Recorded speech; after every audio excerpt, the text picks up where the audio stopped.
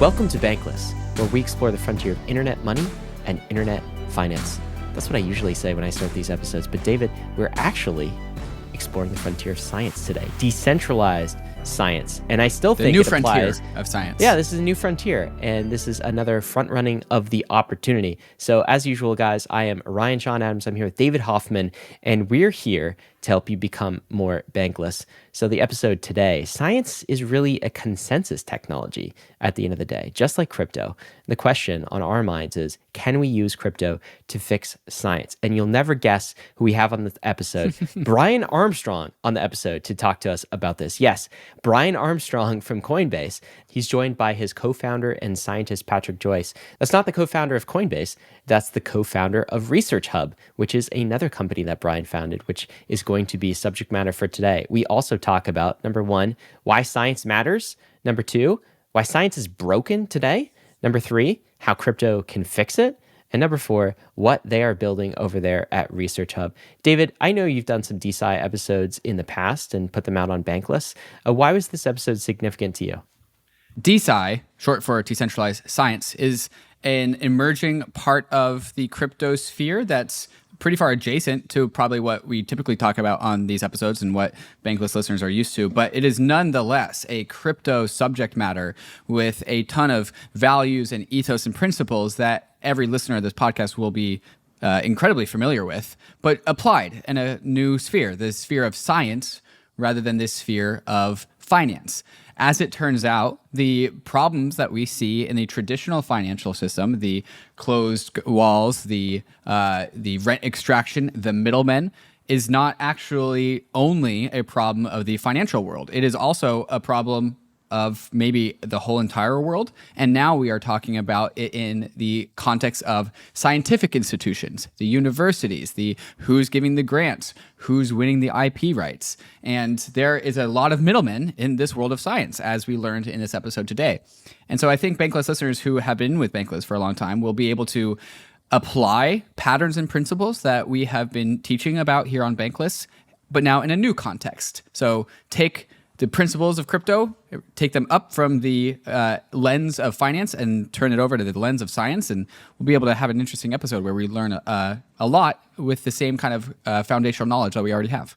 Yeah, Bankless listeners, see where you can spot the MEV in the scientific institutions and the corruption kind of seeping in. I mean, man, it's the same. Similar rules apply. Same. So guys, we're going to get right to this episode. But before we do, we want to thank the sponsors that made it possible, including our number one recommended exchange for 2024, and that's KRAKEN.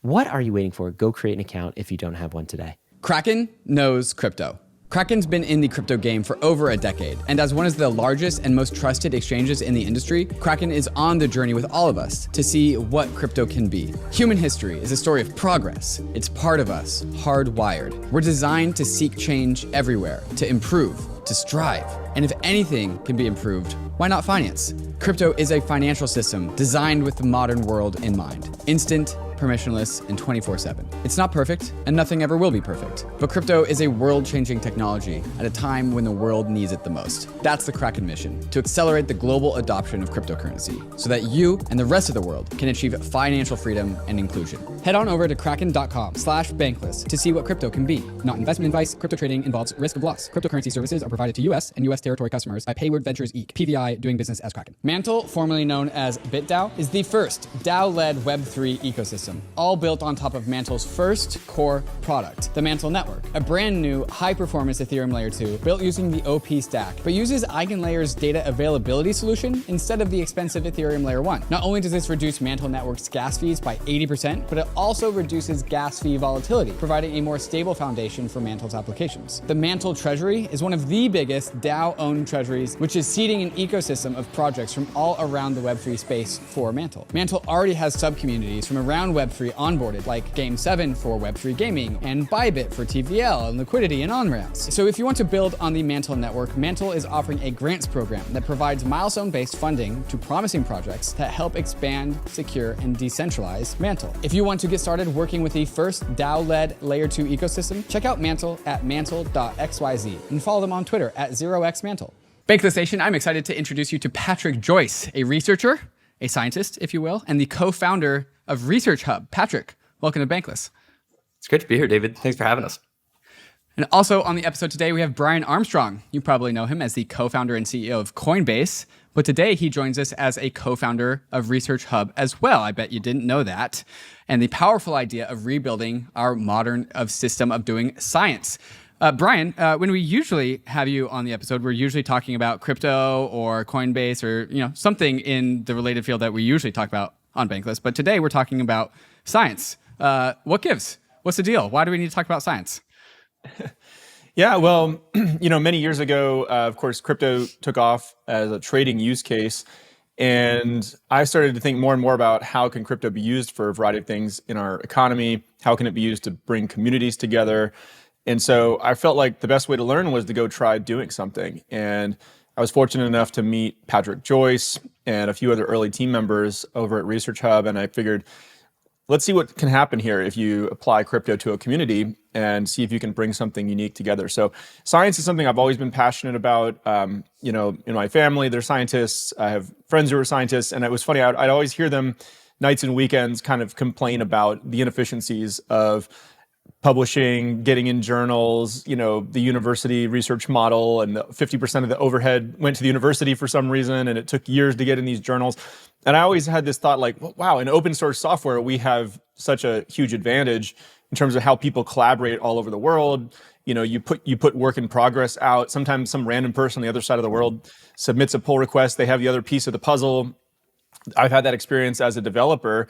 And, I always had this passion for science and felt like it could be more efficient. So when I was fortunate enough to meet the Research Hub team, I was like, all right, let's try doing something. And we can talk about it today, what they've been able to accomplish. I think it's really impressive. Brian, would you consider yourself a scientist? You said you had scientists in your family, but are you a scientist, right? So, okay, computer science, computer scientist, does that count?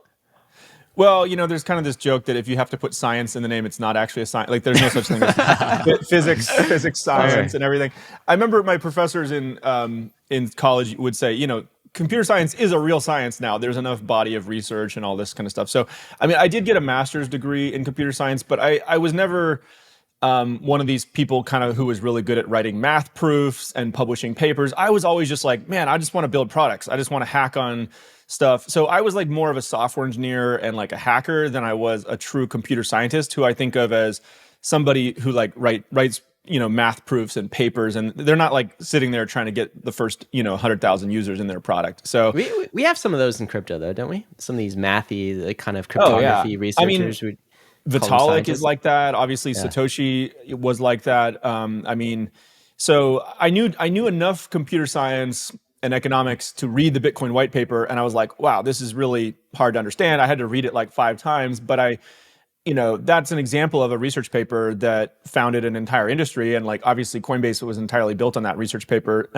It's also very interesting that was published anonymously, because we'll come back to that maybe a little bit later in the episode, how it's not really safe like to talk about every idea in science today. That's kind of an interesting topic, but and people follow these like trends, and if you offend the wrong person, it's political, all these kind of things, which shouldn't be that way, because science is supposed to be about seeking truth, even if it's like a very difficult truth to look at. But anyway, yeah, I don't consider myself a scientist. I hopefully someday I'll be like an honorary scientist, but I'm more of a software engineer, hacker, hopefully product builder, and but Patrick Joyce, he's got true scientist credentials. He brings that side of the equation. As we progress in this conversation, I think this conversation will follow a pretty similar pattern that most crypto episodes will follow. We'll start with like laying down some foundations about what is science, what does science do for humanity, how has the system evolved, why has it become broken, and how can crypto help rebuild it. There's going to be, I think, a lot of patterns that will match. Even though we're talking about something pretty far away from crypto, I think there's going to be very similar sentiments as we progress in this conversation. But Patrick, I want to actually learn a little bit more about you as we get into this conversation. Tell us a little bit about your background, and maybe tease us with the illumination that you had about like how crypto can start to innovate with science. Yeah, absolutely. So I'm like a huge science nerd. When I was in college, I was really lucky and got to do some undergraduate research at Johns Hopkins studying tumor biology, specifically like the epigenetic signature of cancer stem cells.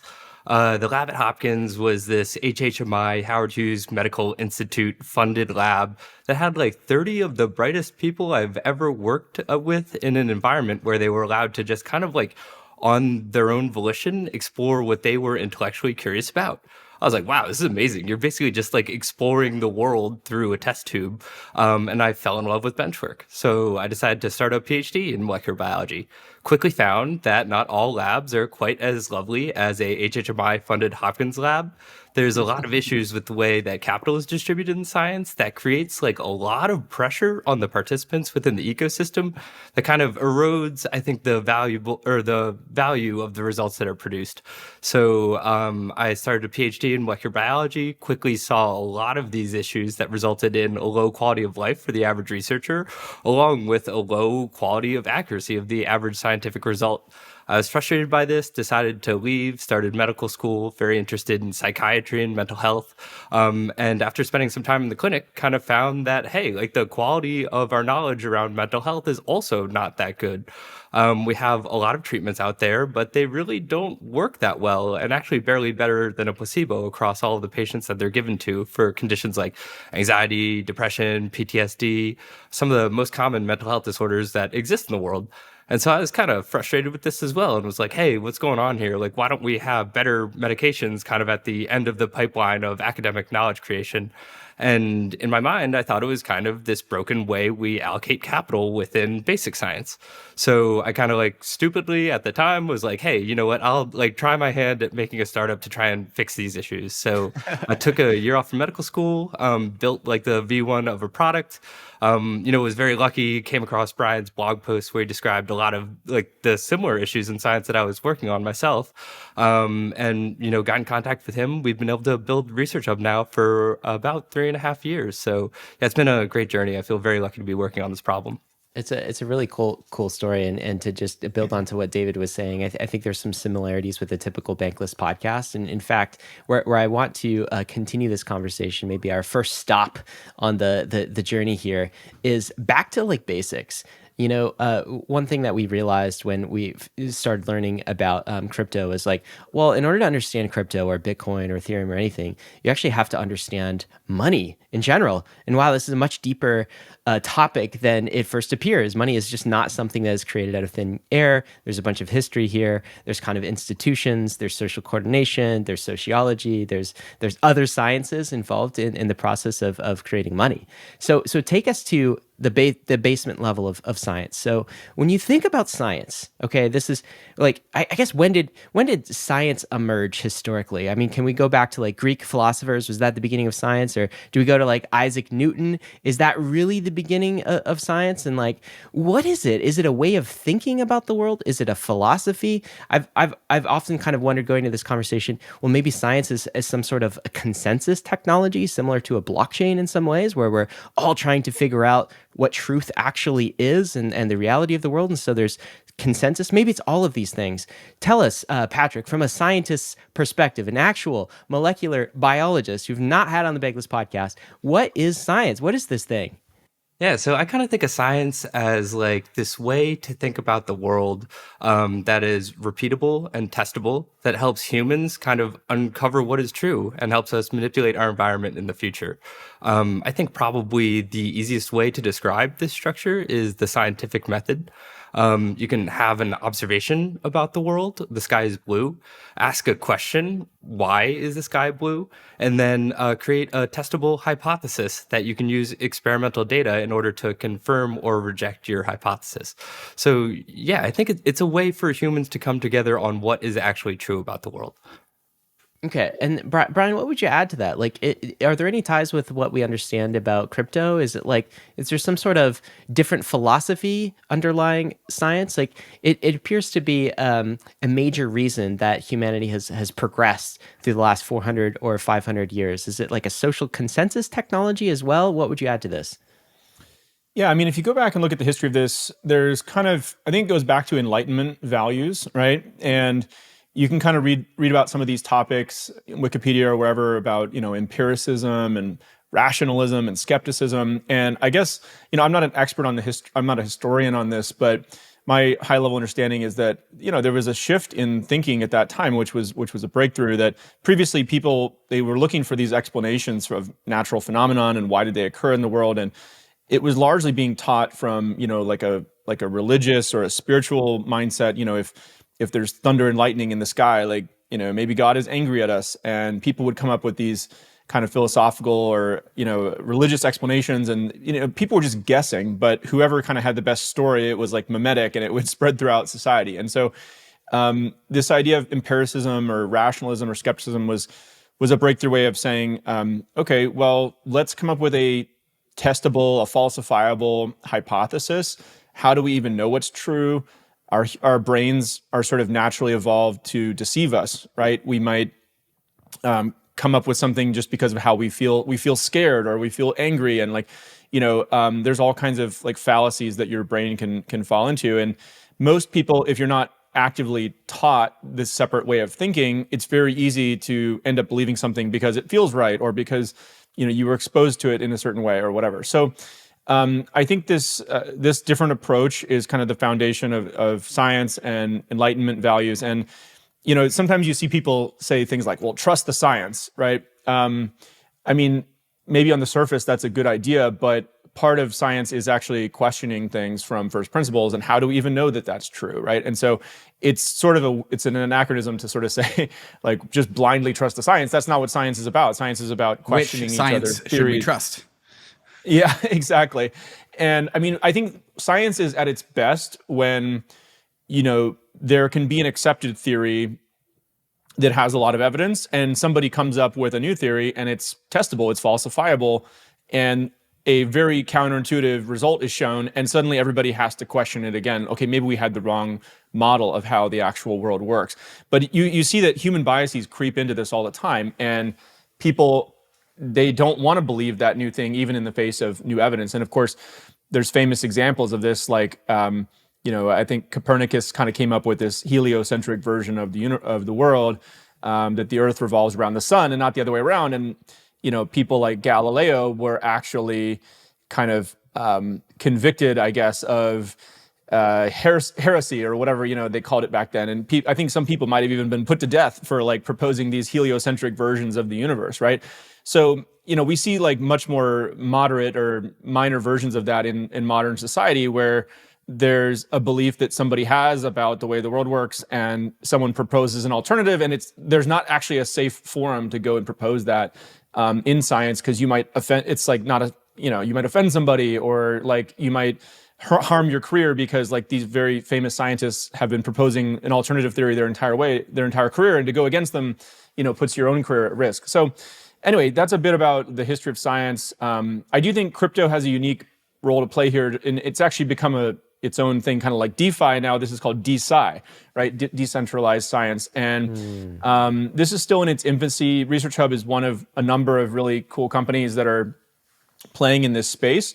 But incentives matter, and crypto is in a way to align people's incentives, to bring them together to try to accomplish better outcomes in science. And again, make it a little bit more like open source software. There's different roles people can play. Some people are doing breakthrough science itself. Other people are going to be more like trying to replicate that science. Other people might be more like editors to that science. Other people might be sort of like science educators, trying to translate it to a lay audience. How do we go, if you have some breakthrough in science, how do you go commercialize that and make it so that products can come from that actually benefit people, right? So I think crypto, if you zoom out to the 20,000 foot view, it's just a tool to align incentives, and the incentives in science are kind of broken, right? There's not a true economy where if you come up with some breakthrough like CRISPR, the people who did that, Jennifer Doudna and others, they should probably be billionaires from that. It's created so much value for the world, and it will in the future.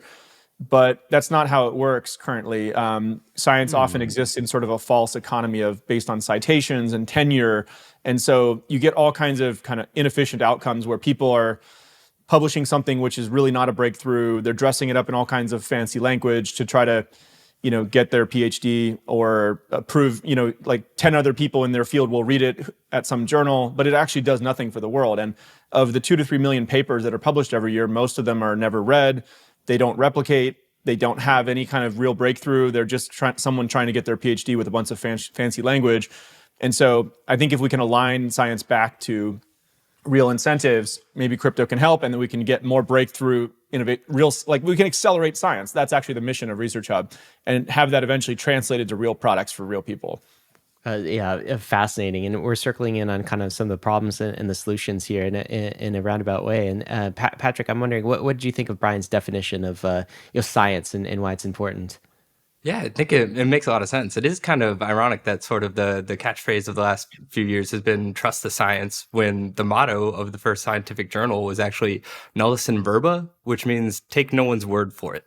So basically like this inherent skepticism where there are theories about the world that we only believe if they've been tested, multiple times. And the strongest ones are the theories that are able to be resilient to these tests. For instance, like the acceleration of gravity, 9.81 meters per second squared. Like you can drop a rock 100,000 times and you're going to get the same measure for acceleration of gravity.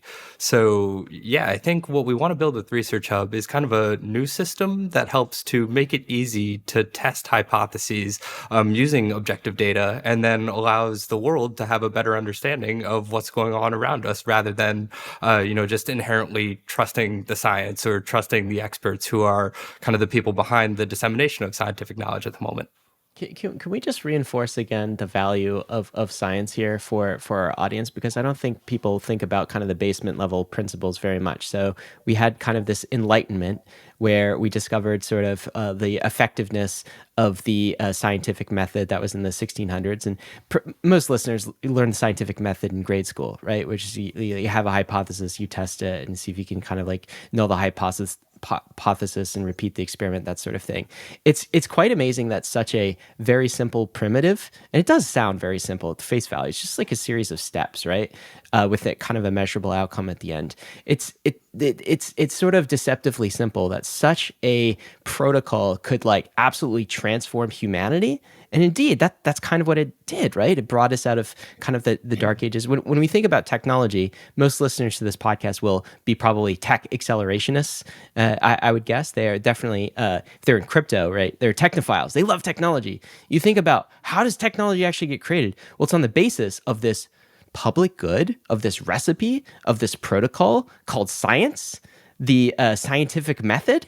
And that's absolutely wild. And like, we can't have technology, we can't have accelerationism, we can't have the civilization, all the good stuff that we want without science. That's the kind of the bottom layer of all of these things. And the process from turning science into like technology is something interesting to talk about. But I just want to reinforce the value proposition here. Like, look around you, like this conversation, everything you see and appreciate about like humanity and all of the fantastic things that we've done in human civilization are because science. It's like that's the one thing that is propelling us forward, and it's kind of a simple truth. I'm sure you guys are both nodding your heads, and especially you, Patrick. Like, is that why you're here? Is there kind of like some mission orientation with like a true scientist as a truth seeker trying to propel humanity forward? Is that why scientists do what they do? Yeah, absolutely. I mean, I think it's about like reducing suffering in the world in general. So kind of what I mentioned before when I was into psychiatry and mental health, like there are a lot of issues in the world that a lot of people struggle with on a daily basis. And having like a repeatable process through which we can understand what reality is allows us to like manipulate our environment to our own advantage. Create, drugs and like small molecules that can actually like change how you feel and like make better your perception of life. And so I think that like all technology is based on scientific underpinnings, which are based on the process of observing what is true, asking questions about it, and then creating experiments to test hypotheses that underlie the theories of how the world works. Yeah, and I can just add to that. I mean, if you look at all the countries of the world, and they're all kind of trying to think about, how do we grow our economy? How do we have more budget? How do we improve healthcare and like all these things? So Matt Ridley and kind of others have written about this, but if you sort of trace it back to the root cause, right? And it's like, okay, well, how do countries grow their economy so that they have more resources to do more things? I mean, well, you have to have some sort of product that is unique that your country produces that has some unique advantage. Like it's like hard for people to get it from other countries, right? It's distinct. And so how do you get products that have some advantage, right? Whether it's like the best car or the best rocket or the OpenAI or whatever. Like, well, it usually comes from some technological breakthrough, right? Okay, so how do you get a technological breakthrough in your product? Even going back to like the Dutch Empire, like they had the best ships, the caravels, or all these you can kind of go back and back. Well, the way you get the best technological breakthrough is you need to have some sort of scientific breakthrough, right? How do you get scientific breakthroughs? Well, you could probably trace that back to having great education or having a great immigration program, like to attract the best and brightest people all over the world. And so, essentially, like good education produces good science produces technological breakthroughs. Those get commercialized into products which produce the prosperity of entire empires. And sometimes when people think, I think Patrick, I don't want to speak for Patrick, but I think we're both techno optimists in that sense. And I think it's important in a country that you celebrate science and celebrate technological breakthroughs, because I think sometimes technology gets a bad name. There's like this techlash thing, right? People think of, technology is like Instagram. Aren't people like addicted to that and it's kind of frivolous? And it's like, no, technology is much more than that. Like technology is the shoes on your feet, right? Technology is like fire, humans inventing fire, which led to the internal combustion engine and cars and eyeglasses or contact lenses on our face. And if without technology, we would literally just be like freezing and starving in the wilderness, like as primitive beings, right? And so, once technology has been around a little while, people they don't think of eyeglasses and cars as technology. They think of like OpenAI and Instagram, but like they're all part of one chain of discoveries being built upon another.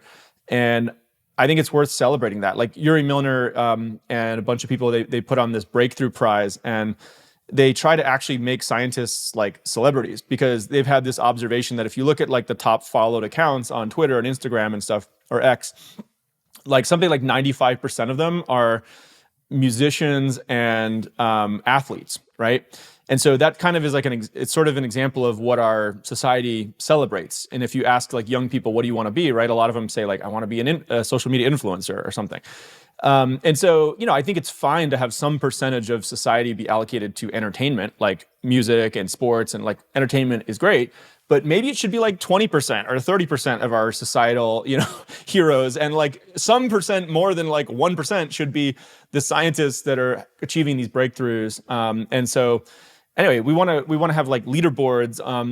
It's like there's a lot we want to do on Research Hub. It's still very early days, but we want to recognize the people who had the best breakthrough in computer science or physics this month or this year, and like actually give out the Research Hub prize, kind of like the Nobel Prize or something like that, kind of all community oriented and crowdsourced and voted on.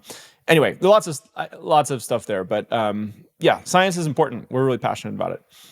I want to add one last dimension to this conversation before we get into some of the details about like what the current modern system of science is and the ways that it is broken or failing us or needs improvement. This last dimension I want to add is the rate of science, which is just like how much science are we doing, like units of science per time. And I would guess over the arc of humanity that we've been able to do more science over time. And that has been part of the growth. And we have this thing called the scientific method, which I think is just like the first principles of science. And then we have the system of doing science that we've built on top of the scientific method. And that system itself has developed and grown and become more sophisticated over time. That system is a science. And so we're kind of talking about the science of science, I think. And I think what we're saying is, hey, we are in a phase in humanity's arc where we actually can maybe make a newer system of science, because our current system of science isn't doing so well. Brian, you use the terms of just a chain of discoveries. And if we're going to put these into blockchain terms, I kind of think of science maybe a little bit like a blockchain, where we have growing complexity of state being layered on previous knowledge. We have more knowledge being layered on previous knowledge. And then there's like instability in consensus at the tip of the chain, whereas the new knowledge is contested. But over time, we have replication, we have more studies, and things become embedded in knowledge, and that just becomes truth. And the system of science, the consensus mechanism that we have, really determines the rate of science that we are doing as a species. And I think what we're talking about here is, hey, with crypto protocols, we have newer tools in the tool belt for producing a different system of doing science. We can do more science. Patrick, does this like metaphor kind of resonates with what you're doing and aspiring to do at Research Hub? How would you react to that? Yeah, absolutely. So this like the science of science is referred to as metascience, and there are a lot of people who have spent like the last 30 or 40 years kind of understanding how scientific capital turns into new knowledge and sort of the inefficiencies that have existed within an old system in an internet age. So yeah, the key innovation that I think we bring to the table with Research Hub is the ability to have modular incentives for creating new scientific research. Kind of traditionally, one of the core problems that's existed in science is if you have capital and you want to give it to a scientist, like how do you decide who to give it to?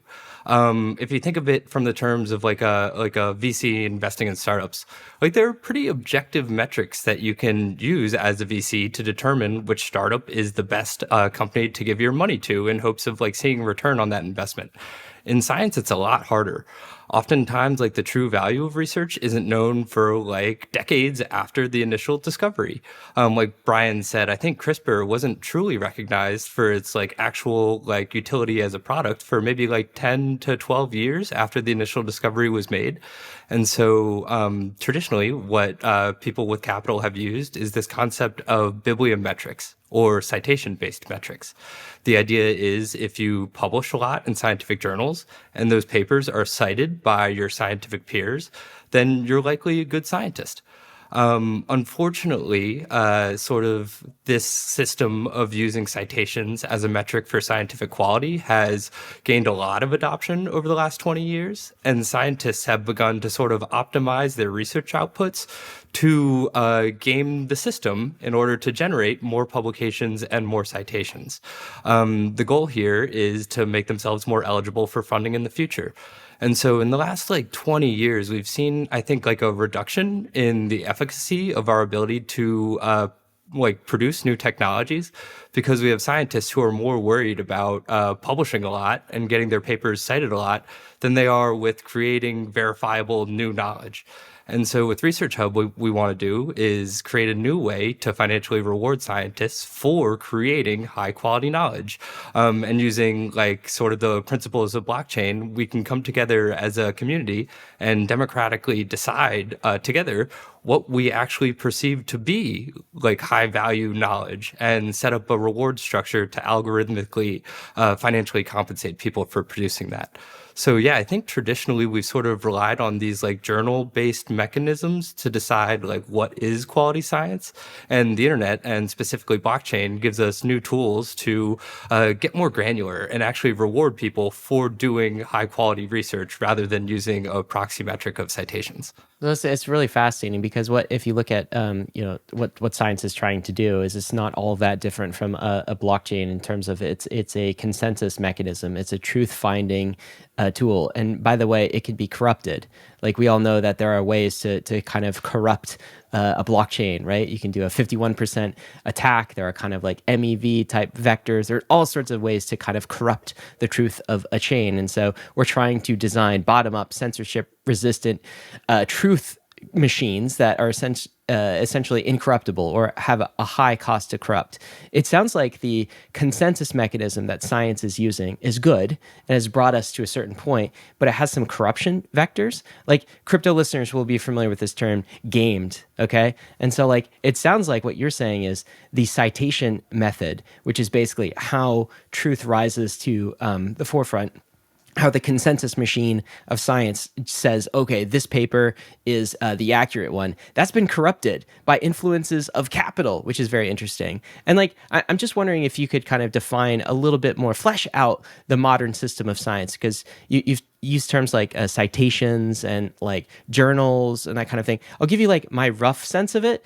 it seems like the government. This is a total layman. I know very little about kind of how the system works, so that's why I'm throwing it out there, Patrick, for you to kind of react to. But it seems like the in the early days of science, kind of the main funders of science, you need capital and you have a truth finding mechanism. But the main capital sources were like patrons, like rich people, lords, and kings, and these types of things. Right now we've moved to this modern age. It seems like the main funders of science are public institutions. So it would be like our government, the NIH. Maybe there's some commercial funding of science involved in there, but largely kind of public.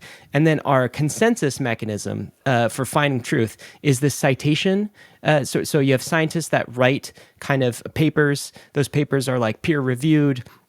And then the more citations you get, it kind of like moves up the PageRank algorithm. In fact, I think this is maybe how Larry Page designed like Google at the very early phases, like inspired by the scientific consensus mechanism. And the stuff that rises to the top, well, we call that science. We call that truth. We call that a peer-reviewed study. And like, that's good. That's the golden stuff. And what you're saying is, in that process, there's crept in some money, some capital, some corruption, some gamifying of the system. So we're not actually getting truth. We're getting some sort of third party's biased form of truth. And they're doing this to bend the rules and like to their advantage because there's some economic advantage. I'm just throwing this out there. Is this kind of like a rough picture of what the science like system looks like today? Yeah, I think you absolutely nailed it. And really, it's there are a lot of great analogies there where I would say that science, within the last like 10 to 20 years has done a lot of SEO, where, maybe the initial PageRank algorithm doesn't work quite as well as it used to because there's a lot of money on the line. And individuals within this system, want to maximize their ability to receive money in the future. So scientists have done SEO on their work. And they're, generating more like clicks and, therefore citations. And the result is that like the end Google search results are less valuable than they were 20 years ago because of this sort of self-awareness. And really the term is Goodhart's law. So the idea that a measure ceases to be a good measure when it becomes a target for behavior. So scientists, they're really bright people. And there's this hyper-competitive job market where less than 2% of first-year PhD students become research professors. So in order to succeed as a scientist, you have to do almost anything you can to just be a part of that 2% that can get to the next level. And one of the things you have to do to be there is to optimize your outputs in order to become eligible for funding. So yeah, I think your PageRank algorithm is like a great analogy and is exactly what's happening in science today. So I'm going to guess, Patrick, does this lead to maybe like three outcomes? This is just kind of a guess on my part, but like one is bad capital allocation. So we're funding the wrong things, or we're like inefficient in the things that we're funding. They're not actually like achieving good outcomes. Number two, like maybe this also leads to bad science. So actual science that's kind of not truth. And then number three, does this also lead to like poor incentives? So we're not getting our best and brightest. Our best and brightest in our society are going and they're working and they're in the Facebook ad department, right? And they're making 500K salaries and they're not scientists competing for that Nobel Prize. Is it those three? Are there other things? Yeah, I think those are three great categories, and I have a lot of stories that kind of embody them. I think the first is like the concept of negative results. Are you guys familiar with this term? The idea is when you're like dreaming up an experiment, you have a hypothesis, and like oftentimes you're wrong about the world. Your hypothesis is not supported by the experimental data you produce. This is considered a negative result. If you look at the entire body of scientific literature, the proportion of papers that convey negative results has gone down from, I think it was like 40%-ish in the 1990s, and now it's only 20%-ish of all papers are actually like display negative results. And when you look at this, it like actually comes down to people who are worried about their careers. There have been meta-scientists who have done studies that have found that, negative results, they just aren't that exciting. So when you publish them, other scientists are like, oh yeah, cool. Like I knew this, like no need for me to cite this or share this with my friends. When positive results are oftentimes, just straight up more interesting and more likely Positive to come across results are another sexy. scientist Negative experiment. results aren't sexy. Exactly, yeah. And so it turns out that it actually hurts your career as a scientist if you share a negative result. So if you conduct an experiment, it doesn't match your hypothesis, you're actually better off in your career not sharing it because you'll reduce your ability to receive funding in the future by sharing Because a you're a negative narc. result. You're a Exactly. scientist narc. Yeah. Exactly. Yeah, they call it the desk drawer problem because you get these negative results and you're just like, whoops, I'll put that in here. No one needs to know. And kind of the end result is that there's a lot of knowledge that's not shared with the world. And it's due to this kind of broken incentive structure and really, like, as you mentioned, Ryan, like poor capital allocation that reduces the efficiency of how we as a society are able to convert, $1 to 1 unit of new knowledge. Well, Brian, that sounds Yeah. like a broken market and a broken incentive scheme right now. And crypto knows a thing or two about that. What would you add to to that, Brian?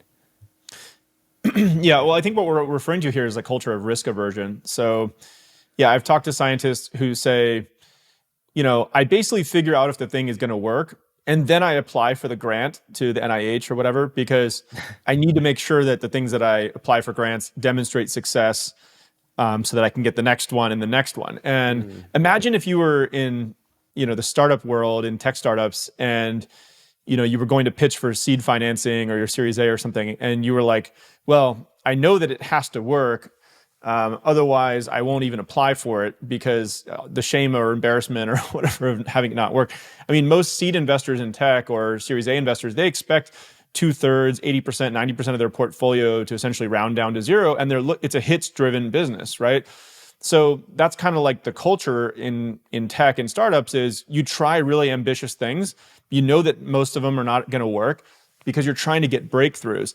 And in science, the culture has become risk averse, and it's basically trying to do incrementalism and dress it up, or shoehorn it into whatever you can get funding for. Like, oh, the Department of Defense has a big budget. How can I dress this up to make some argument that it's going to help defense when I actually want to be researching something entirely different? So it is a broken, the incentives are broken. It's also like the people who make these breakthroughs don't get some big upside if it gets commercialized. And so you get people publishing papers on things which I think, have no hope of ever actually reducing human suffering or turning into some kind of product. They're just sort of, off in la la land. Like in some of these papers, like make absolutely no sense to why they're getting funded. So anyway, risk aversion, NIH. Like it's like if you were going to go in and try to sell something to the government, it's like IBM would win that contract, or like it's people in the government they're allocating other people's money, so it gets allocated based on citations, tenure, risk aversion, not looking stupid if something blows up, whereas venture capitalists allocate their own money more efficiently. So that's something hopefully we can add into Research Hub over time too, and kind of, we should be like giving awards for negative results, people who are willing to do that, right? Or one of the features we're trying to think about adding in the future is around funding, and allow anybody to come in and propose ideas, get it crowdsourced, like, in terms of peer reviews or upvotes, and people who have capital to allocate. Hopefully a lot of people in the crypto space, by the way, who have built wealth, they're techno optimists. They want to allocate money to science. Hopefully this can get more privately funded, and we get away from the risk aversion of the NIH and some of these university models. Yeah, maybe I can try and do my best to recap some of the misincentives that produces misknowledge. Patrick, you were talking about just like it's more safe to try and produce positive results, as in like I have a hypothesis and I did some science and my hypothesis has been proved correct. And that is more incented than equivalent science that's trying to prove something against a hypothesis. It's just like people want confirmation bias, right? People want to say like, here's my idea, and it's correct. There's just like a natural incentive to do that kind of science rather than the inverse. And so as a result of that, maybe there's like more false positives, as we have 3 different theories going 3 different directions and they're all proven true, but they actually conflict with each other. And no one is taking the other side of that trade, for example, to put it into like finance terms. It's like maybe a market where short selling is banned, It's just like things just get perversed when you don't have the other side of that market being able to express itself. And then we all have also talked about Brian, like there's no one's going for the moonshot. Everyone is just trying to keep their cards close to their chest, not trying to take any risks. And I mean, how can you blame them? There are kids to pay for school, and there are like mortgages to pay, and job security to keep in mind.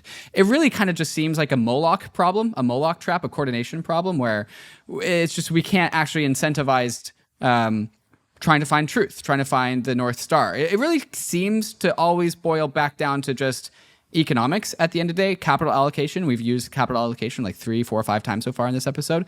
Is it really that simple? Is it really just boiling down to can we fix the financial incentives to fix science? Is that a reductive way to put this conversation?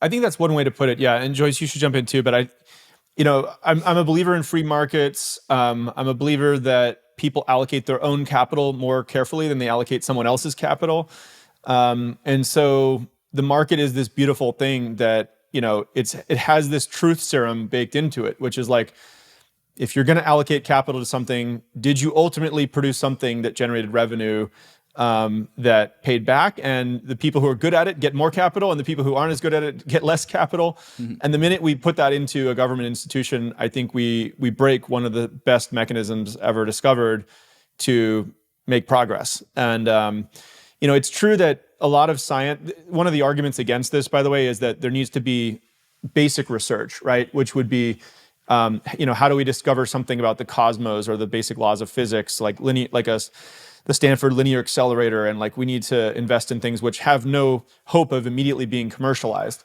But, I kind of question that premise a little bit. I think that there are things that can be commercialized even out of basic research. Now, it might take a decade or two, but there's enough private citizens with capital now who are thinking about longer time horizons like that.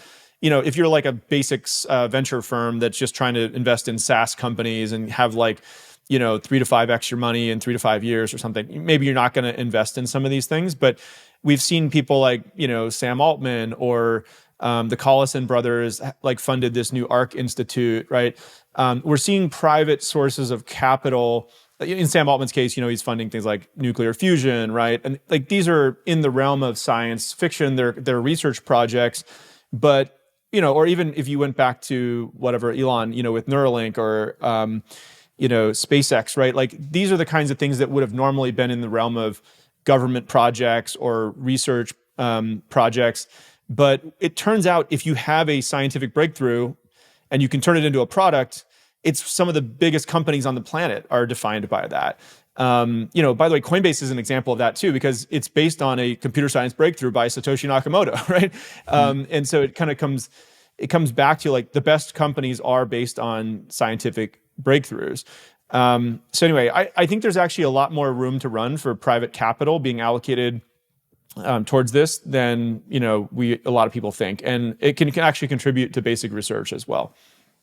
Are you launching a token? Is it already live? How are you managing the legal and tax for providing token awards for your team? TOKU simplifies everything about managing token grant compensation, and you can get started with them for free. You'll have access to top-notch legal and tax support to handle the distribution and management of tokens for your team. TOKU caters to every step in the process, from user-friendly legal templates for granting tokens to tracking vesting periods and calculating withholding taxes. TOKU understands every grant structure, token purchase agreements, restricted token awards, restricted token units, token options, and all the other ones. TOKU is already simplifying this today for leading companies like Protocol Labs, DYDX Foundation, Mina Foundation, and many more. You can learn more about how TOKU can help you streamline your token management and get started for free. Visit TOKU at toku.com/bankless or click the link in the description below. Arbitrum is the leading Ethereum scaling solution that is home to hundreds of decentralized applications. Arbitrum's technology allows you to interact with Ethereum at scale with low fees and fast faster transactions. Arbitrum has the leading DeFi ecosystem, strong infrastructure options, flourishing NFTs, and is quickly becoming the Web3 gaming hub. Explore the ecosystem at portal.arbitrum.io. Are you looking to permissionlessly launch your own Arbitrum Orbit chain? Arbitrum Orbit allows anyone to utilize Arbitrum's secure scaling technology to build your own Orbit chain, giving you access to interoperable, customizable permissions with dedicated throughput. Whether you're a developer, an enterprise, or a user, Arbitrum Orbit lets you take your project to new heights. All of these technologies leverage the security and decentralization of Ethereum. Experience Web3 development the way it was always meant to be: secure, fast, cheap, and friction-free. Visit arbitrum.io and get your journey started in one of the largest Ethereum communities. I think we've defined a lot of patterns and principles and ideas about the broken incentives inside of science. And I think listeners are already starting to kind of get a grip, an understanding for like, oh, this is a similar problem to crypto. We have similar tools here. And I think we've done a good job expressing the vibe, but I'd like to actually kind of drill down and trying to get into some of the specifics of how crypto can actually help. I think we have a lot of ideas in crypto, and we have fewer real products than we have ideas in crypto. And so maybe we can kind of drill into some of the ideas more specifically, like how can crypto and crypto incentives and the tools that we have in the crypto space, when we collide the crypto particle with a science particle, what are some of the specifics there? Like how do we actually reconstruct science? Patrick, I'll start that one with you.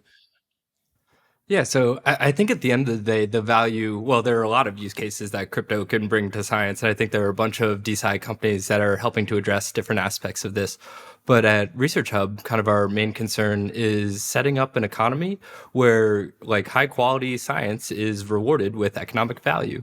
And so, Ryan, I think as you mentioned earlier, kind of this like consensus mechanism of science and like how do we all agree what is valuable science? Like that's, not an easy thing to do. And Brian and I realized that like, a group of, 5 to 10 people in a room, it's impossible for them to like independently reward science in the most effective way. And so what we want to build with Research Hub is a way to iterate on a reward structure that can, like in an evidence-based fashion, help to compensate high quality science over time. And so this kind of takes the format of like our current product, which is a Reddit style forum where users earn the ERC20 token research coin for creating high quality content. There's like a bunch of ways this is happening currently. So like if someone shares a paper and creates like a great layman's summary of that paper for other people to understand, they may earn like a tip with RSC for their efforts. We also have a bounty feature where if you need a scientific task completed, you can create a research coin bounty for other scientists to come in and help you. So I think the core innovation that we're driving towards with Research Hub is like this ability to give like the scientific user base like control over how research outputs are judged and rewarded, with the eventual goal of creating a financial system where we can compensate scientists in an evidence-based fashion for producing new knowledge, rather than being reliant on this sort of like grandfathered in proxy metric of citations. Okay, so Patrick, Yeah. I'm going to share Research Hub here, and just like to try to make sense of it. This is a screenshot. If you're watching on YouTube, you can kind of see here. So what you're doing at Research Hub, it sounds like, is are you removing the middleman? So Bankless. We call ourselves Bankless because we don't have to use banks for banking any longer, right? That's what crypto enables. You kind of delete the middleman. I don't know. Is this journalless?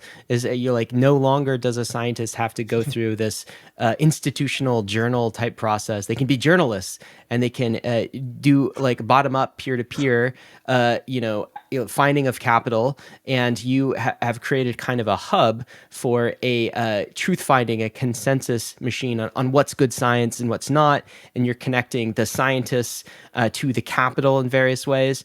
Describe this a little bit. So what I'm looking at right now is, yes, a Reddit style, I would say, upvote, downvote. It looks like a bunch of different papers across all sorts of different different categories, right? It looks like there's some biotech here. Looks like there's a physics paper, quantized inertia, a physics theory that gets rid of dark matter. That sounds absolutely fascinating. Which current maladies were actually a survival advantage? Anyway, describe a little bit what you're doing here at Research Hub and what we're looking at. Yeah, so here's like a Reddit style feed where users can share existing scientific papers, publish new ones, or create any kind of scientific content. So this quantized inertia post up at the top here, if you click into this, this was actually shared by I guess a psychologist within our community who's really interested kind of as a hobbyist in quantum physics, as I think like a lot of people are these days. And so they came across this new kind of understanding of quantum gravity from this scientist that I actually follow on Twitter, or X, apologies. And he asked a question. So he like took some of the research coin that he had earned in the past, created a bounty, and then asked for a physicist who was more familiar with the theory to come in and explain it to him and help him understand whether it might be a viable way to like view the world through a new lens. And so, as Brian said, we're still in very early days. Like we're trying to play around with how we can use these new financial incentives to create like higher quality scientific content than the kind of antiquated traditional system. And so there are a bunch of ways we're going about it. But right here, I think this is a pretty interesting like mechanism for like someone who's not a physicist to allocate, relatively modest amounts of capital to another physicist to answer a question that is personally interesting to him. So yeah, let's just kind of do these like sort of micro grant interactions where people can earn value for creating content or providing knowledge that others within our community perceive as valuable based on the research coin bounty that they place upon the post. This is fascinating, Brian. I love your take on this and what's being built here. And you've got kind of like, I think, a crypto take and an engineer's take, right? So like you have in the programmer field, like systems like Stack Overflow. This kind of reminds me a little bit of that type of system. Also have like open source, like so much code is open source, and like science is also an open source technology. Anyway, what do you see being built here, and what's kind of the vision here? Yeah, so the V1 of the site is really about prioritization and discovery of papers. There's 2 or 3 million papers that get published every year. A lot of the sites that people go to look at these, like Archive and BioArchive, these are really great efforts. I don't want to disparage them at all, but the websites are they feel like they were built 20 years ago. They're usually run out of these universities by a couple handful of grad students, and so they're just not modern applications that allow you to do voting and like threaded discussions and things like that. So that was the V1 of like, how do we actually just make sure, as a modern day journal, let's do the curation, discovery, prioritization of all the massive papers out there. So if you only have a few hours that week as a scientist, like to come in and check out what's going on in a certain area, you can do that more efficiently. But the product kind of quickly evolved beyond that too, because just prioritization and discovery is only one small piece of it. Okay, well, how do we get like peer reviews incentivized, right? Or people going in there, like Joyce said, to complete some kind of scientific task. Like if you have a scientific question and you want like a literature summary, which is a common task that scientists do, both in academia and inside companies, what's the current state of the research? So you can now put up bounties to have people go do that. You can have peer review completed, and people actually, kind of getting rewarded for that. Whereas in the journal system today, not only are there like big paywalls and it takes a year to get in the journal and all these kind of things, but the peer reviews are just volunteers doing it. These are like oftentimes like, underpaid grad students. And anyway, actually being allowed to get paid to do peer reviews is like kind of a cool feature on its own. And so we started to add some of those features in. Now, where this is going in the future, I think it's beyond just prioritization, discovery, incentivizing peer reviews, literature summaries, bounties, things like that. It's how do we actually allow people to get funded more efficiently? How do we fix the funding pipeline? And you can see there's kind of an experiment there in the top right today where people are applying now to get some of their science projects funded or their research projects funded. That's kind of an early feature that is being beta tested today, where the community can kind of crowdsource and say, hey, we think this is really cool. We like this person's background, like whatever it is. And so we're beta testing, getting research funded now. And then where I think this is going in the future is this is going to kind of be, we need to solve the translation of science. Translational science is kind of where you have a breakthrough and how does it get turned into a product and commercialized? And today, the way that happens today is super inefficient. There's these things called tech transfer offices within universities. And essentially, if you're like an entrepreneur and you want to commercialize something based on a breakthrough, you have to call up the tech transfer office at Stanford or MIT or whatever. And it's a very bespoke process. You have to like talk to these lawyers. You have to go meet them in person. You have to negotiate all these like custom legal documents. There's high legal bills. And at the end of it, you might get like a license to go try to do this thing. The universities get a percent of the cut, don't they, too, Brian? Aren't they in kind of the negotiating seat in that process? Yeah, that's right. So that's one of the issues. A lot of the revenue goes to the university, not to the person who discovered the breakthrough. So this broken incentives issue. The other issue is that I forget the exact number. It's like 99.9% of all papers never get commercialized into anything. And if you look at the revenue that like Stanford has generated from the tech transfer office, it's almost entirely due to I think Google and Genentech was like the vast majority of it throughout the history of the entire university. So very few things ever get commercialized out, but when they do, they're often big breakthroughs. And so one of the ideas that we had was how do we make it where there's like a one-click license button, on on a paper or a scientific breakthrough that someone's put out. And I don't want to go negotiate custom terms with some lawyer. It's kind of like the Creative Commons license. If it's federally funded research, ideally it would be kind of in the Creative Commons. Anybody could go do it. But it's also, if it's somebody publishing something out of a company or something where they want to be commercially recognized for it, maybe we can come up with a standard, a SAFE agreement is a standard agreement that a lot of startups get invested in now. Why don't we make a SAFE agreement for science where it's anybody can click this button. If you go build a product based on this innovation, I get 1% of the revenue for the next 10 years or something like that. A standard terms, or it's like Getty Images would be another example where photographers can put up all their images. There's standard licensing in terms if you want to license that image off Getty and go do something commercial with it. And so that's kind of where we're hoping to get in the future with Research Hub is make it easy for anybody to commercialize science. And for people who are discovering these really cool things, they don't even have to meet the people. There could be some company in India, in Europe, in Asia, trying to go build and commercialize cool things off their innovation or their breakthrough that they never even would have thought of. And they just have revenue streams coming in. So that's kind of where we're hoping to get to in the future. Just one anecdote. When I started my PhD in molecular biology, I was working in a synthetic biology lab. And between 50 to 70% of any invention that was created from that lab, the IP would be assigned to the university. So the PI, would have less than 50% of the equity value of any, innovation they created. And then as a grad student, the first thing they do before they even let you in the lab is they make you sign an IP assignment agreement where you receive 0% equity. And you're kind of at the, whims of your PI. It's like 1990s record labels with artists, kind of one-sided. It's crazy because it's sort of like people don't fully understand financial incentives because, as a grad student, why would I invent anything? Right. If there's no way for me to see any value, coming from it. So it's just sort of these old school grandfathered in poor incentive structures that are meant for 50 years ago and don't really resonate with the modern age. Mm-hmm.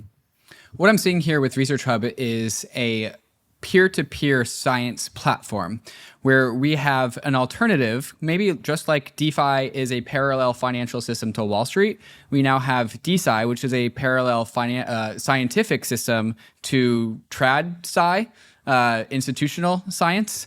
And so we previously had the gatekeeping of science by the universities and the institutions. There's the anecdote that you just gave us, Patrick.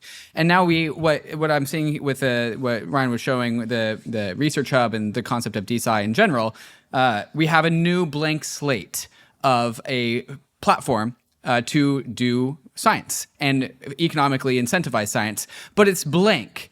It's unwritten. And the future still needs to be developed. We still need to kind of shape the clay. And so I think there's we're actually we're at the starting line, I think, of what this could be, but there's probably a lot more things to do to make sure this system gets built right. One of the reasons why me and Ryan started Bankless is because we wanted to make sure that the ethos of crypto is preserved as it matures, right? Like we don't want to just bring in a new set of bosses to replace the old bosses. We want a system to be sustainable into the future. Brian, love what you're doing at Coinbase, but I don't want, all financial activity to route through Coinbase because that would be like, the same thing that we had.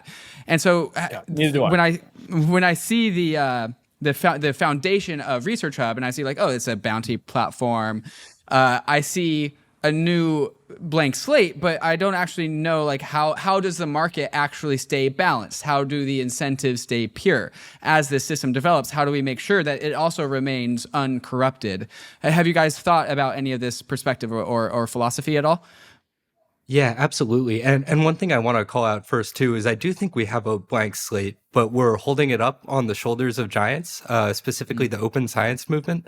David, you did a great episode maybe a couple months ago with Boris and Mikey talking about DeSci and Zuzalu, and they did a great job of highlighting that like there have been this group of humans who have been going against their own personal financial incentives for the last 30 years in order to advocate for a new way of funding and communicating science. And this is the open science movement. So like sort of innovations like preprint servers, like open peer review, open access journals in general. There have been a lot of humans who have been working for a very long time on how to create this system. And I think like the really powerful thing that Research Hub brings to the table is the ability to make this like a financially viable decision. So you don't have to take career risk by practicing open science. You can actually be selfish personally and practice open science on Research Hub. And I think aligning incentives, will really help to accelerate the growth of what the open science movement has accomplished.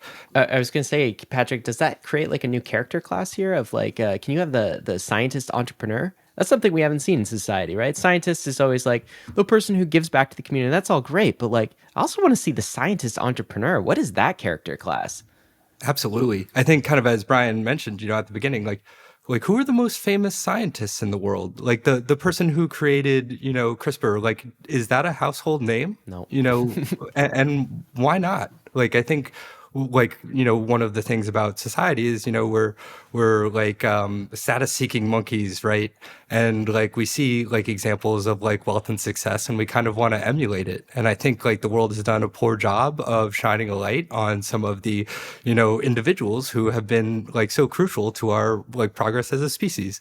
And with Research Hub, one of the things that we can do is, help to, help people, I guess, like capture the value that they create in a more efficient way where we might start to see some of the more wealthier people in the world, be earning wealth because of the value they created through Research Hub.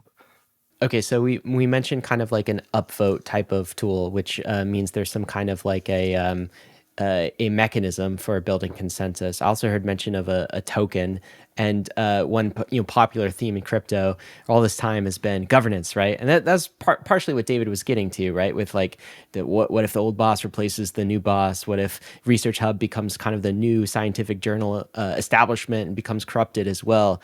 This is called DeSci. There's got to be a decentralized part of this. And we've talked about the permissionless nature. Any kind of scientist can sort of enter this. But how do you keep it decentralized? And where does governance, where does the token kind of fit into this?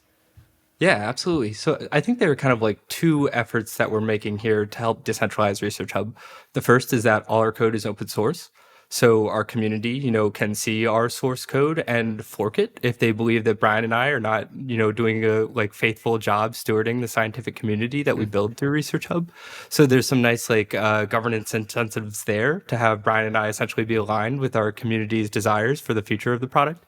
The second is that kind of as I mentioned earlier, like it's impossible for a group of 5 people to sit in a room in an a priori or beforehand fashion and decide like, hey, how are we going to financially incentivize scientific research outputs to come, or, to end up with the best output? Like, it's not feasible. And anything that we did do in an a priori fashion would end up being gamed. according to Goodhart's law, kind of like the current citation-based mechanism, is being gamed by scientists. So I think one of the innovations that we're trying to bring about is creating an infrastructure for iteration on a reward mechanism for science. So right now, those who earn Research Coin are able to vote on how rewards are distributed through Research Hub. So we've had some community governance votes around how many Research Coin are rewarded per day on the platform. We've also had community governance around how rewards are distributed to different types of content. In addition to that, we have like this element of reputation on Research Hub that helps to encapsulate a person's real world contributions, like their kind of prior publications in conjunction with their activity on Research Hub. And how this reputation works is also defined by our community. So essentially, we're trying to build a workshop, for lack of a better term, where scientists can come together and come to a consensus around like what is good science and how are we going to financially reward that. That's so cool. It seems like you're working to solve kind of this entire coordination problem here. Yeah, Brian, you're going to add something to that?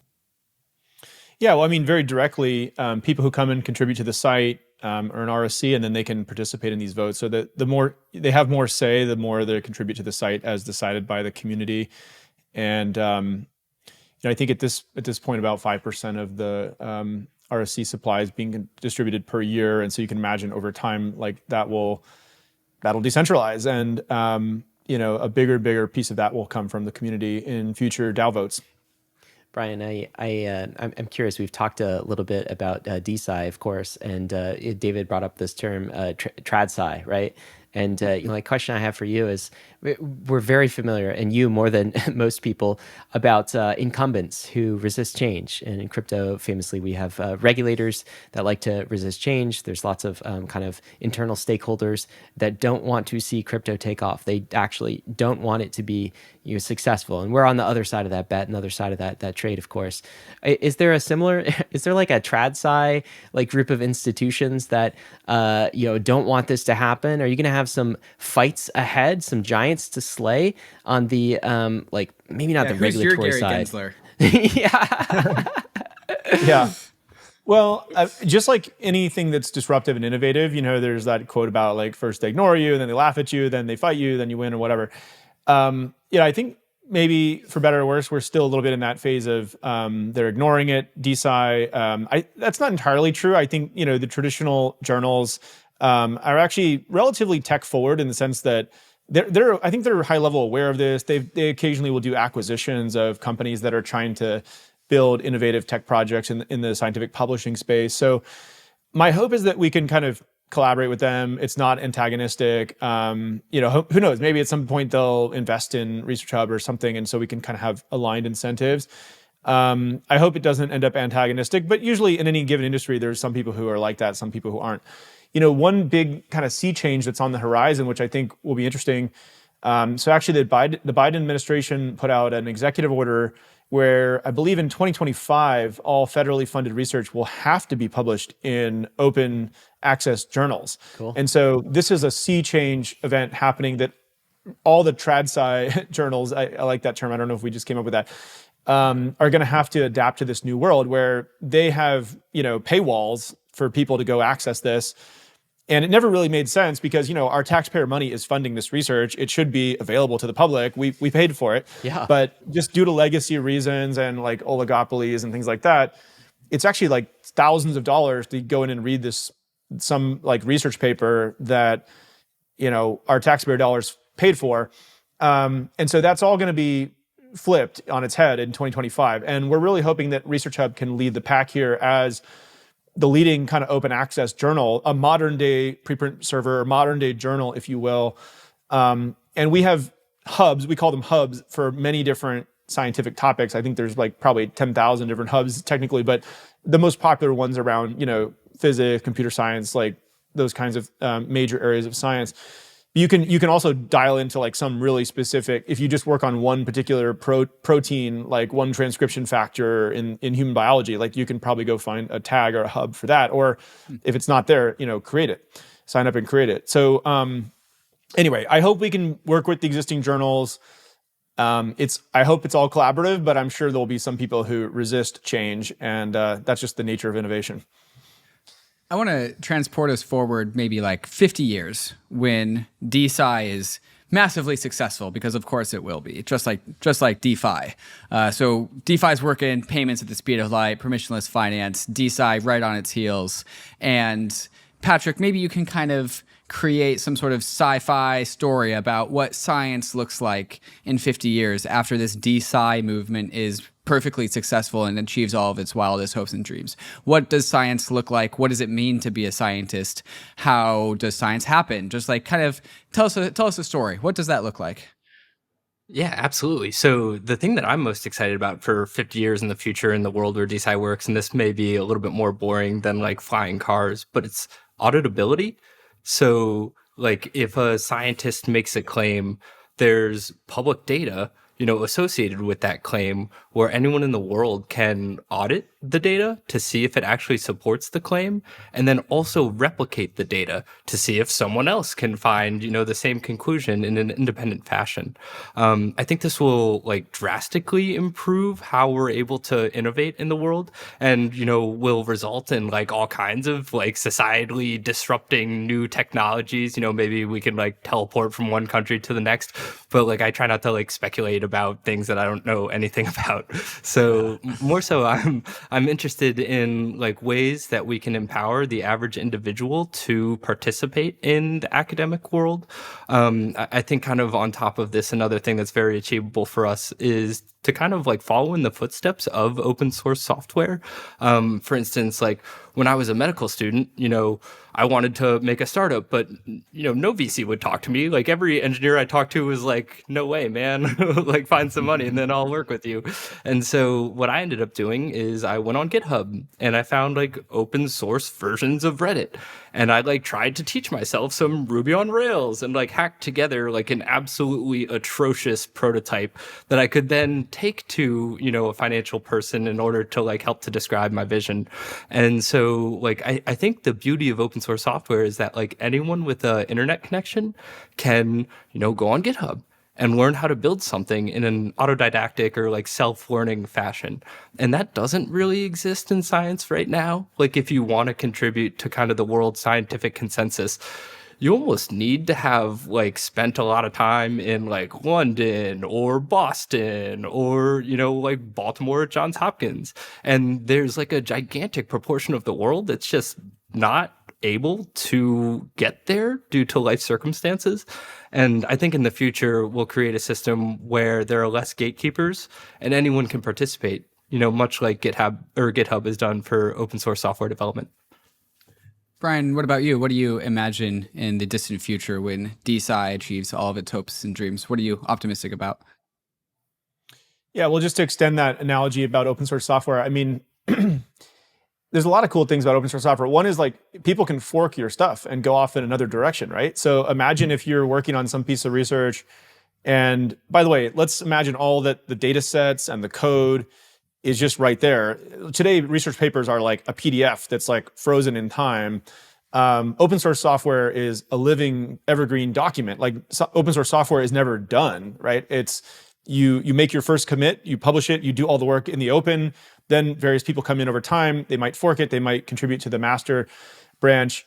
And so imagine if research was happening like that. Imagine if the data sets and the code was built right in. And then I think the thing I would be most excited about in the future is, if it sort of democratized science, like good ideas could come from anywhere, right? You could have the next Einstein is like some kid in Brasilia or Bangalore or whatever. And they could contribute to something, they could publish some idea, the next Bitcoin white paper or CRISPR. Some of this stuff requires like a laboratory and like, a lot of like capital to get into a good place. So I don't want to gloss over that, but good ideas can still come from anywhere. It doesn't have to be in this ivory tower of a few cities in the whole world. And if that person can then we can make that link to how does this get commercialized? Could I publish something that's so useful as an idea or a technology that it either has an open access license or somebody could have a one-click button to license it and go commercialize a product? now I feel like we've really hooked up the power of free markets to scientific research, and that's how we'll really start to accelerate science. So I don't know. That's a bit of a vision of the future of where it could go. Mm-hmm. And just one question, just out of curiosity, Brian, you're a co-founder of Research Hub. You're also CEO of Coinbase. That's a very big role to fill. Well, what's your role at Research Hub? What does that look like? What are you doing? What's your time split like? Yeah, so even when Coinbase went public, I kind of we put some disclosures in there around this, that this was another company that I'm helping out on. But I really help a lot with the product guidance, but the real work day to day is happening with Patrick Joyce and the team there, which are incredible. Obviously, Coinbase is my full-time job and more, but I can't help myself. I want to see how crypto is going to be used in a variety of ways. That's actually ultimately the potential for crypto. It's got to go beyond trading and payments and financial services to actually be used as Web3. Like that, it's the future of the internet. And so I feel like this isn't a really important way for me to go get my hands dirty, figure out how it's going to actually be used in Web3 to build these new kinds of communities. And so it's been an incredibly fun project for me to work on. But I want to give, all the credit to Patrick Joyce and the team really that are working there hard every day, day in and day out. Well, cool, guys. This has been a fantastic episode, and thanks for giving us a very practical overview of what you're building at Research Hub, and also DeSci. I think I'm leaving this episode incredibly bullish, and also with an increasing recognition about kind of the kindred quest that we're on with decentralized finance and going bankless and DeSci. And I don't know if this is a quote. Maybe I just made this up, but the only truth is science and markets. Everything else is an opinion. That's certainly why I'm in crypto, why I love finance, why I love markets, right? Is because this is a technology that allows you to figure out what's true or not. There's so many different professions out there where you don't really know if if you've arrived at truth or not. But there are some professions like markets, they'll tell you whether it's true or not, given enough time. Science also does that. And therefore, it's a kind of a kindred technology. It's like a blockchain for consensus about what's true in nature. And we've got this killer methodology, the scientific method, which is the repeatable experiments of how we verify the blocks on this scientific blockchain. And this positions scientists really as almost like the validators of this network. So there's a lot of cool analogies and things that I'm seeing about both. And Brian, Patrick, you've been very generous with your time in educating us about this. So best of luck. How can people, I guess, keep in touch with what you're doing? I don't know how many scientists we have as Bankless listeners, but maybe there's a shout out for anyone who is in the scientific community to do something. What would be the action items you would leave the Bankless listeners with, Patrick and Brian? Yeah, I mean, I'll go first, Joyce, you jump in too. But yeah, if you're interested in science, if you know scientists, I would encourage people to go to Research Hub, sign up. You can kind of choose which hubs or areas of science that you might be interested in. You can start to kind of just peruse it periodically and see what's happening in there. But we really are looking for people to come in and participate in the community. So, submit a paper if you hear about it and you think it's interesting. Go in there and write a peer review. If you have some kind of a question in science that you're trying to figure out and you want the community to go compile something together for you to try to make it understandable or digestible, post a bounty. And then you can join the Discord. You can follow us on Twitter at Research Hub. There's a variety of ways to get involved in the community. And I think a lot of people are just going to be consumers of the content, but we actually love it when people sign up and engage a little bit.